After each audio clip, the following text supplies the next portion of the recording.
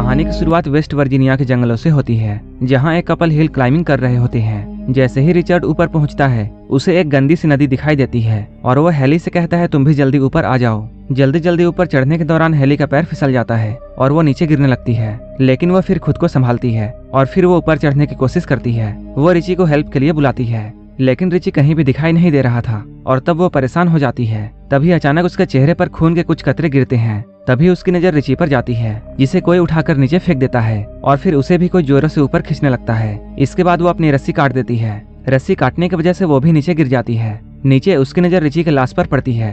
वो उसकी लाश को देखकर काफी डर जाती है। तभी उसे जंगलों से काफी अजीब तरह की आवाजें सुनाई देने लगती है। वो अपनी जान बचाने के लिए अपनी गाड़ी की तरफ भागती है, लेकिन भागने के दौरान उसका पैर ट्रैप में फंस जाता है और वो जमीन में नीचे गिर जाती है। और वो आदमी जिसने रिची को ऊपर से नीचे फेंका था, वो इसे खींचकर ले जाता है। तभी हम लोगों को न्यूज में ये बताया जाता है वर्जीनिया के जंगलों में बहुत सी अजीब वारदातें हो रही हैं। यहाँ आने के बाद कई लोग लापता हो चुके हैं। यहाँ तक कि बहुत से लोगों ने यह दावा किया है वहाँ पर उन्होंने जंगलों में कुछ अजीब क्रिएचर्स को देखा है। तभी हमें एक गाड़ी इसी इलाके से गुजरता हुआ दिखाई देता है। इस आदमी का नाम क्रिस है, जो कि इंटरव्यू देने के लिए कहीं जा रहा होता है। जाने के दौरान वो ट्रैफिक जाम में फंस जाता है और वो अपने इंटरव्यू के लिए लेट होने लगता है। तब वो गाड़ी से उतरकर अपने आगे वाले ट्रक के पास जाता है और वो ड्राइवर से इस जाम की वजह पूछता है। ड्राइवर उसे बताता है 5 मील दूर एक केमिकल ट्रक पलट गई है और उसी की वजह से ये ट्रैफिक जाम है, जिसकी वजह से उसे कई घंटे इसी जगह पर गुजारने पड़ेंगे। ये सब सुनने के बाद क्रिस अपनी गाड़ी में वापस लौट जाता है और वो अपनी गाड़ी को पीछे घुमा लेता है और वो अपनी कंपनी में कॉल करके अपने लेट होने का कारण बताता है। लेकिन इस घने जंगल की वजह से उसकी बात ठीक तरह से नहीं हो पाती है।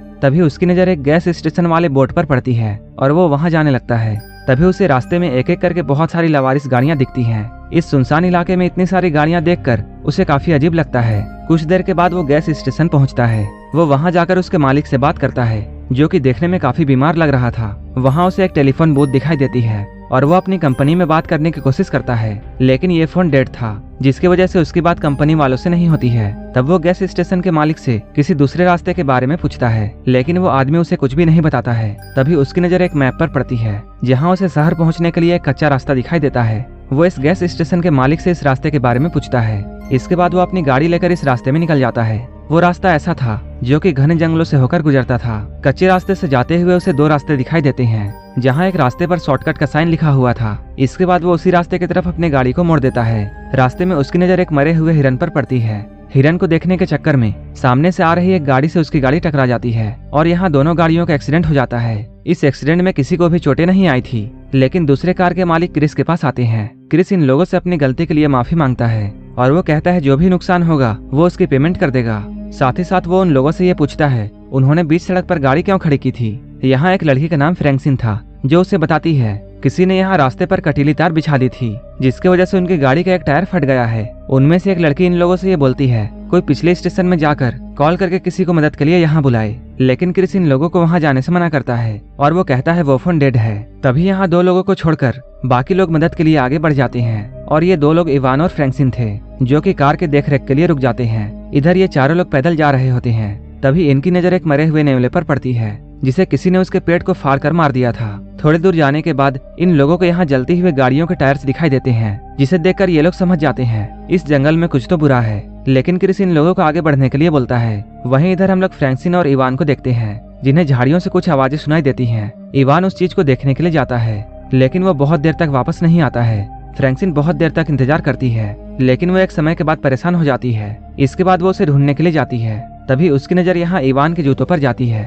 थोड़ा आगे जाने के बाद उसे इवान का कटा हुआ कान दिखाई देता है। वो उसे देखकर बहुत डर जाती है और डर के मारे रोने लगती है, लेकिन तभी कोई पीछे से आकर उसे भी मार देता है। वहीं इधर ये चारों लोग मदद के लिए जा रहे होते हैं। तभी रास्ते में इन लोगों को एक घर दिखाई देता है। इसके बाद वो मदद मांगने के लिए उस घर पर जाते हैं। इस घर के सामने बहुत सी गाड़ियां लगी होती हैं। ये लोग मदद मांगने के लिए घर का दरवाजा नॉक करते हैं, लेकिन इस घर में कोई भी नहीं होता है और दरवाजा खुला था। ये लोग कॉल करने के लिए घर के अंदर आते हैं, जहां इन लोगों की नजर खाने के टेबल पर पड़ती है। घर को देखकर ऐसा लगता है जैसे इसकी सफाई सदियों से नहीं हुई है। वहीं दूसरी तरफ चश्मे और गाड़ियों की चाबियां वहां पड़ी हुई हैं। जैसे ही क्रिस आगे जाकर फ्रिज को खोलता है, तब उसके होश उड़ जाते हैं, क्योंकि फ्रिज के अंदर बहुत सारे इंसानी अंग रखे हुए थे।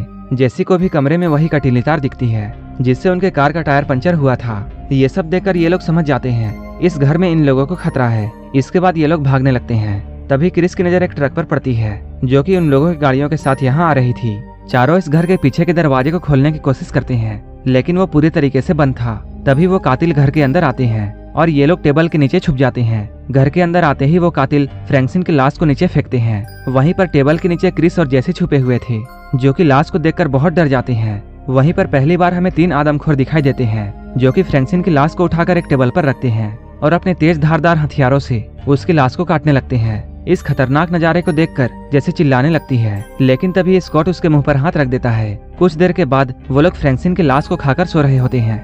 ये लोग मौका पाकर भागने की कोशिश कर ही रहे होते हैं। तभी एक आदमखोर की नींद खुल जाती है और वो इन लोगों को भागता हुआ देख लेता है। अब ये लोग वहाँ से जल्दी भागने की कोशिश करने लगते हैं, लेकिन वो तीनों आदमखोर इन लोगों का पीछा करते हैं और इन्हें ढूंढने की कोशिश करने लगते हैं। तभी क्रिस एक प्लान बनाकर इनकी गाड़ियां चोरी करने का सोचता है और चिल्लाते हुए उनका ध्यान अपनी ओर खींचता है, लेकिन तभी एक आदमखोर उसे शूट कर देता है।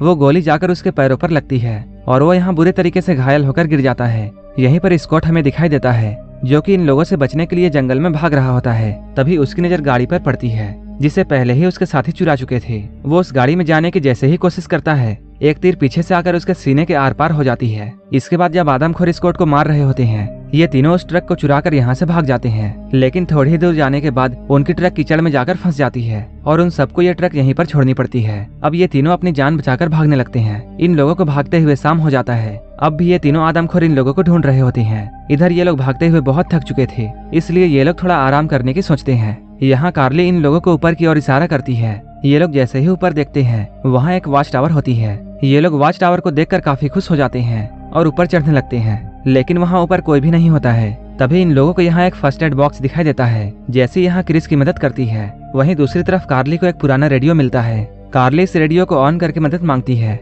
लेकिन उसे दूसरी तरफ से कोई भी जवाब नहीं मिलता है। तभी क्रिस को नीचे से कुछ आवाजें सुनाई देती हैं। वो जब नीचे की ओर देखता है, तब उसकी नजर उन तीनों आदमखोरों पर पड़ती है। वो तीनों इस टावर के पास आ जाते हैं और ऊपर चढ़ने लगते हैं। उन तीनों को वॉच टावर के ऊपर आता हुआ देखकर ये लोग वॉच टावर के गेट पर बहुत सारा सामान रख देते हैं। कुछ देर के बाद आदमखोर यहाँ से चले जाते हैं। तब कार्ली मदद के लिए अपना लोकेशन बताती है, लेकिन वो आदमखोर इस रेडियो के वायर को काट देते हैं और वो लोग इस टावर को आग लगा देते हैं। अब ये तीनों वॉच टावर के अंदर अपनी जान बचाने की कोशिश करते हैं और ये लोग खिड़की को तोड़ देते हैं। तभी क्रिस को खिड़की से कुछ पेड़ दिखाई देते हैं, जो कि वॉच टावर से काफी सटे होते हैं। इसके बाद वो लोग यहाँ कूद जाते हैं, लेकिन वो तीनों आदमखोर यहाँ पहले से ही छुपे होते हैं। अब वो आदमखोर इन तीनों को पकड़ने के लिए पेड़ पर चढ़ने लगते हैं। अपनी जान बचाने के लिए ये लोग एक पेड़ से दूसरे पेड़ जाने लगते हैं। तभी एक आदमखोर कार्ली के नजदीक पहुंच जाता है और वो कार्ली पर अटैक करके उसके मुंह के 2 टुकड़े कर देता है। क्रिस किसी तरह वहां से अपनी जान बचाकर भागता है। तभी यहाँ उसे कुछ आवाजें सुनाई देती हैं, जो कि एक गाड़ी की होती है, और वो देखता है वो गाड़ी एक पुलिस बहन है। वो पुलिस वाले को रोककर उसकी मदद मांगता है। जैसे ही वो पुलिस वाला गाड़ी के बाहर निकलता है, एक तीर तेजी से आकर उसके आंखों के आर पार हो जाती है और वहीं पर हम लोग एक आदमखोर को देखते हैं, जो कि क्रिस को भी मारने के लिए यहाँ आया था, लेकिन क्रिस अपनी जान बचाने के लिए गाड़ी के नीचे छुप जाता है। इसके बाद वो आदमखोर क्रिस को पकड़ने के लिए नीचे झुकता है, लेकिन वो वहाँ कुछ भी नहीं पाता है। ये देखकर वो बहुत हैरान हो जाता है। तभी हमें उस जंगल में एक और घर दिखाई देता है, जहाँ उन आदमखोरों ने जेसी को पकड़कर रखा था। एक आदमखोर जैसे ही जेसी को मारने के लिए उसके पास जाता है, तभी उसे बाहर से किसी गाड़ी की आवाज सुनाई देती है। वो आदमखोर उस आवाज की तरफ जाने लगता है।